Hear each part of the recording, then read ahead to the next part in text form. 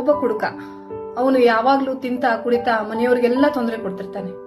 ಅವನಿಗೆ 2 ಜನ ಗಂಡು ಮಕ್ಕಳು. ಅವರು ಇಬ್ಬರು ಕೂಡ ಬೆಳೆದು ದೊಡ್ಡವರಾಗ್ತಾರೆ.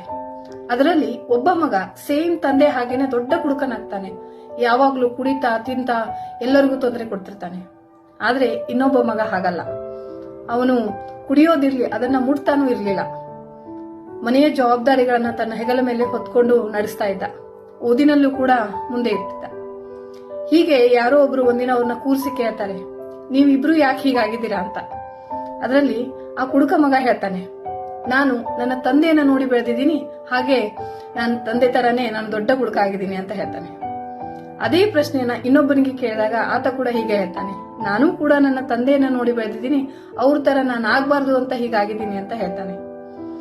ಇಬ್ಬರು ಕೂಡ ಒಂದೇ ಮನೆಯಲ್ಲಿ ಹುಟ್ಟಿದ್ದಾರೆ, ಒಟ್ಟಿಗೆ ಬೆಳೆದಿದ್ದಾರೆ. ಆದರೆ ಅವರ ಆಸಕ್ತಿ ಅಭಿರುಚಿಗಳು ಬೇರೆ ಬೇರೆ.